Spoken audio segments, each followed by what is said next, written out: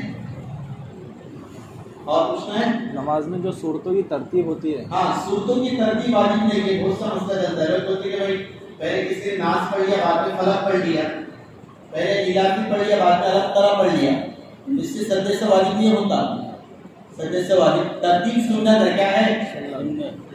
ہاں لیکن اگر کسی نے ترتیب بدل دیا تو نماز ہو جائے گی، نماز کیا ہو جائے گی؟ ہو جائے گی، اور اگر جان بوجھ کے ترتیب بدلا تو پھر نماز مکروہ ہوگی، اور غلطی سے بدل گئی تو نماز مکروہ بھی نہیں ہوگی، نماز بالکل ہو جائے گی، سمجھ آ گیا؟ اسی طرح کسی نے بیچ کی سورت چھوڑ دیا، ارائیت الذی کے بعد کیا پڑھنا چاہیے تھا؟ انا اعطینا، کیا پڑھ لیا؟ قل یا الکافرون پڑھ لیا، یہ پیچھے آ گیا الافی پڑھ لیا، اس صورت میں بھی اگر سجدے سے واجب تو ہوتا ہی نہیں، سجدے سے واجب بالکل نہیں ہوتا، لیکن ترتیب سے پڑھنا صورت کو کیا ہے؟ سنت ہے، اس کا مطلب یہ ہے کسی نے جان بوجھ کر ایسا کیا الٹ پھر تو نماز مکروہ ہوگی، اور اگر بھول سے ایسا ہو گیا تو نماز کیا ہوگی؟ بالکل صحیح ہوگی، اس میں کراہت بھی نہیں ہے۔ اللہ تعالیٰ